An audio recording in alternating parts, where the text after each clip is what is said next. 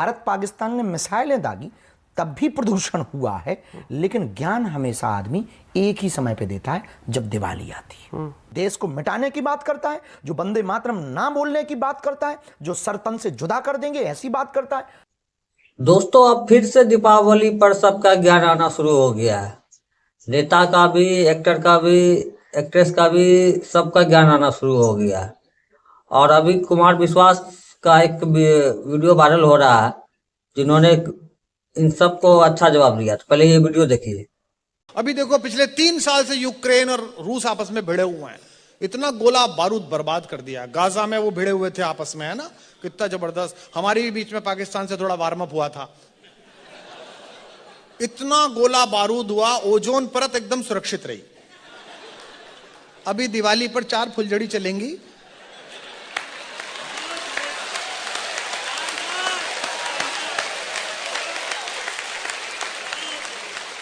Ozone परत में इतना बड़ा वाला छेद हो जाएगा कि उसमें से बहुत सारे बुद्धिजीवी ऊपर जाएंगे और नीचे आएंगे। और ऐसा ही जवाब और इससे ज्यादा मजेदार जवाब हमारे बागेश्वर बाबा ने दिया है, जो जो पटाखों पर ज्ञान दे रहे हैं, चाहे वो नेता हो अभिनेता हो, उन सबको अच्छा सा जवाब दिया है और एंकर को भी अच्छे से धो दिया है। तो वीडियो देखते हैं पहले। आप हैं बागेश्वर वाले बाबा, लेकिन विवादों वाले बाबा ज्यादा क्यों रहना पसंद करते हैं? बिल्कुल भी नहीं, लोग विवाद बना देते हैं हमारा, क्योंकि हम सत्य बोलते हैं और सत्य हमेशा कड़वा होता है। सत्य का पक्का सत्य बोलते हैं महाराज आप? अपनी गारंटी से हम पक्का बोलते हैं, क्योंकि निजी तौर पर सबके अपने अपने सत्ता अलग अलग होते हैं। नहीं तो फिर सत्य क्या है महाराज? वो जो मैं वो शब्द नहीं बोलूंगा जो आपने अभी थोड़े दिन पहले एक दूसरे समुदाय विशेष के लिए मुंबई में कहा था, जिसके लिए आपको अफसोस भी हुआ। तो क्या सत्य वो था जो आपके मन में था, वो बाहर आ गया? देखिए, साधु की भाषा की दृष्टि से वो शब्द नहीं निकलना चाहिए था, पर सत्य भी वही था। ये भी अतिशयोक्ति नहीं। 25 तारीख को क्रिसमस डे होता है, उस दिन भी पटाखे जलाए जाते हैं। 1 जनवरी को न्यू ईयर होता है, उस दिन भी पटाखे जलाए जाते हैं। नेता चुनाव जीतते हैं, उस दिन भी पटाखे जलाए जाते हैं। क्रिकेटर क्रिकेट जीतते हैं, उस दिन भी पटाखे जलाए जाते हैं। गाजा का युद्ध चल रहा है, उस अभी भी पटाखे और बम फोड़े जा रहे हैं। भारत पाकिस्तान ने मिसाइलें दागी तब भी प्रदूषण हुआ है, लेकिन ज्ञान हमेशा आदमी एक ही समय पे देता है जब दिवाली आती है। वो भी कौन देते हैं? कुछ अपने, कुछ दूसरे वाले।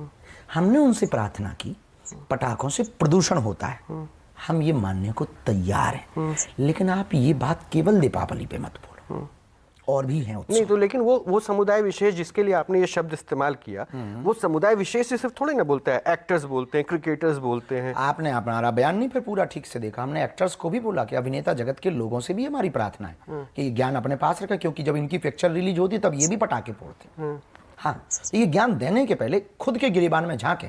माना कि मैं बेदाग नहीं हूं, पर मुझ पर उंगली उठाने के पहले अपना भी कैरियर देख लीजिएगा कि आप बेदाग हो कि नहीं।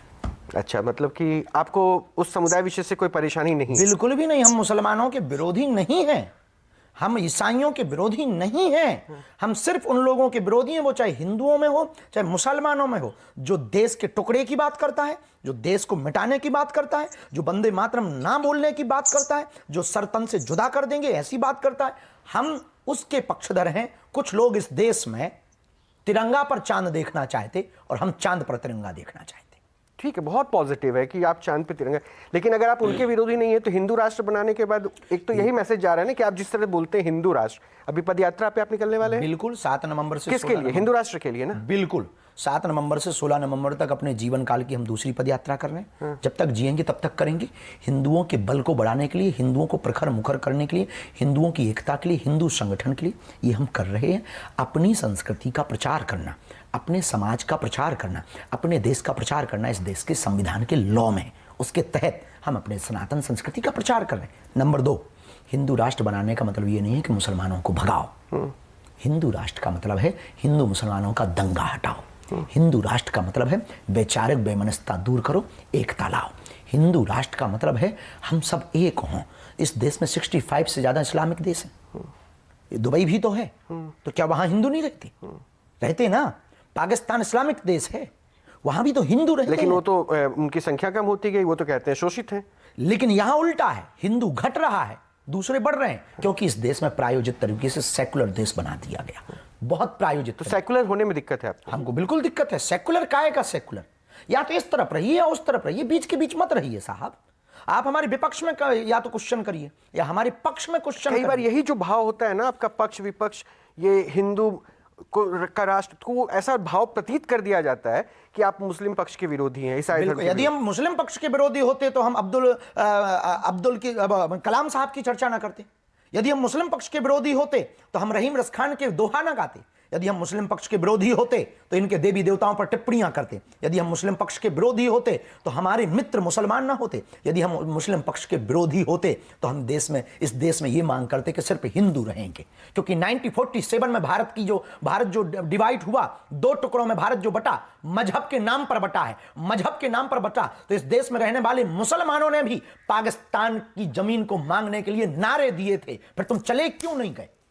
तो हिंदू राष्ट्र बना के करेंगे क्या? हिंदू राष्ट्र बना करके वैचारिक एकता करेंगे। हिंदू राष्ट्र बना करके हिंदुओं के जातिवाद से होने वाली बेमनस्ता से ऊपर उठाएंगे। हिंदू राष्ट्र बनाकर इस देश में गाय माता को राष्ट्र माता का दर्जा और बूचड़ खाने बंद करवाएंगे। हिंदू राष्ट्र बनेगा तो रामचरितमानस को कोई जला नहीं पाएगा। हिंदू राष्ट्र बनेगा तो गुरुकुलम की स्थापना होगी। हिंदू राष्ट्र बनेगा तो हिंदू मुसलमानों का दंगा नहीं होगा, सब एकता के साथ रहेंगे। क्योंकि किसी को जब हिंदू राष्ट्र हो जाएगा, वैचारिक रूप से हिंदू राष्ट्र, हम कागजों पर नहीं चाहते, हम कागजों पर हिंदू राष्ट्र नहीं, हम विचारों में हिंदू राष्ट्र चाहते हैं। विचारों में हिंदू राष्ट्र होगा तो हिंदू घटेगा नहीं, हिंदू पलायन नहीं करेगा, हिंदू धर्मांतरण नहीं करेगा, हिंदू मिटेगा नहीं। हम हिंदुओं के अंदर संस्कृति भरना चाहते, संस्कार भरना चाहते, ये हमारे हिंदू राष्ट्र का सपना है।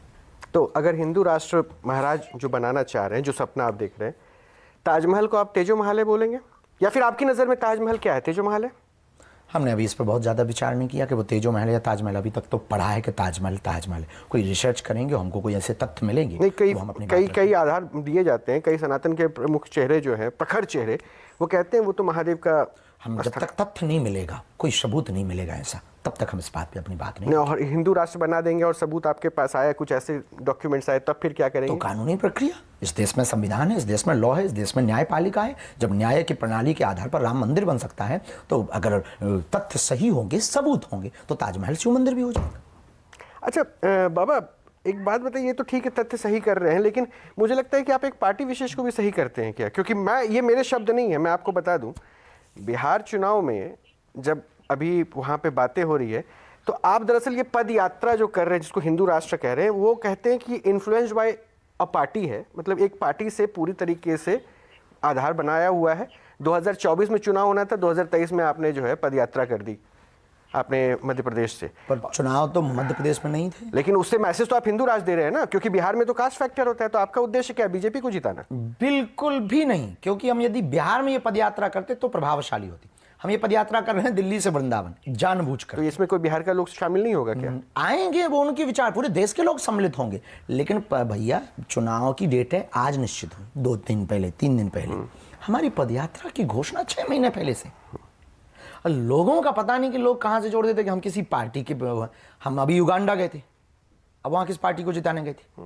अभी हम लंदन भी गए थे, वहां किस पार्टी को जिताने गए। अभी आपकी दिल्ली आने के पूर्व में या वृंदावन आने के पूर्व में हम 3 दिन तक महाराष्ट्र में थे, वहां तो चुनाव नहीं। तो यानी हम जो कर रहे हैं वो चुनाव के लिए कर रहे हैं क्या? हम जो कर रहे हैं क्या वो किसी पार्टी के लिए कर रहे हैं क्या? इस देश में हर पार्टी में हिंदू नहीं है। जिस पार्टी में हिंदू है, उस पार्टी के हम समर्थक हैं और उस पार्टी के लिए हम कार्य कर रहे हैं, किसी एक पार्टी के लिए। और कोई एक पार्टी हिंदुओं की मालिकाना हक नहीं जता सकती है, हिंदुओं के ऊपर अपना अधिकार नहीं जता सकती है। देखिए बाबा, यही बात आप जो कह रहे हैं ना, आप हिंदू बता रहे हैं, आप एक समूह बता रहे हैं, समूह एक साथ इकट्ठा होकर। हिंदू मीन्स समूह नहीं, हिंदू एक विचारधारा। अच्छा, अगर ये विचारधारा है तो बिहार के चुनाव में यादव, बिहार के चुनाव में सवर्ण, बिहार के चुनाव में सवर्ण में चाहे वो राजपूत हो, ब्राह्मण हो या दूसरे कास्ट, वो सब में करके पॉलिटिकल पार्टीज बनी हुई है। और आप अगर एक साथ हिंदू बना रहे हैं तो ये शायद एडवांटेज जो है हिंदुओं को एक साथ लाने की जो कर रहे हैं। हम इस देश के बिछड़े पिछड़ेपन पर हमारा आत्मचिंतन है कि ये देश यदि अन्य देशों के मुकाबले में पीछे है तो वो केवल और केवल सबसे बड़ा कारण है कास्टिज्म।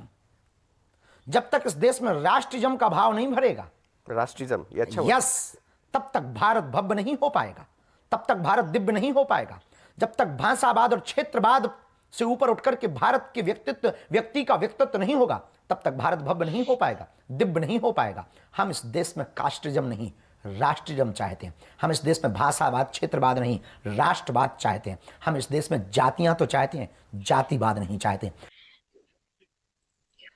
तो दोस्तों वीडियो बहुत लंबा था, इसीलिए हमने इसका कुछ ही पार्ट लिया है, और आप लोग कमेंट करेंगे तो अगला पार्ट भी लेके आएंगे। तो धीरेन्द्र के शास्त्री ने जो जवाब दिया है तो अच्छा जवाब दे दिया है, और एंकर को भी और बाकी लोगों को भी अच्छा जवाब दे दिया है, चाहे वो नेता हो या अभिनेता हो, कि हमारे जब त्यौहार आते हैं तभी ये लोग ज्ञान देते हैं। और भी तो त्यौहार में पटाखा फूटता है, इंडिया में जब मैच जीता है तभी फूटता है, एक्टर लोग भी फोड़ते हैं, तो उन लोगों को कोई ज्ञान नहीं देता है। लेकिन हमारे ही त्योहारों पर सब ज्ञान देने के लिए आ जाते हैं।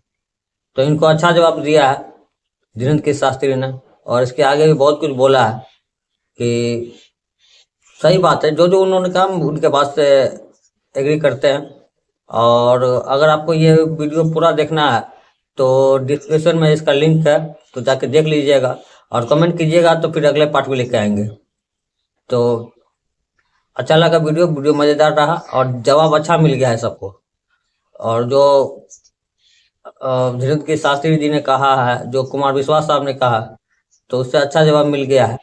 और पटाखा फोड़ने में कोई दिक्कत नहीं, सब लोग आराम से फोड़िए। तो मिलते हैं अगले वीडियो में ऐसे ही मज़ेदार वीडियो के साथ, तब तक के लिए जय हिंद।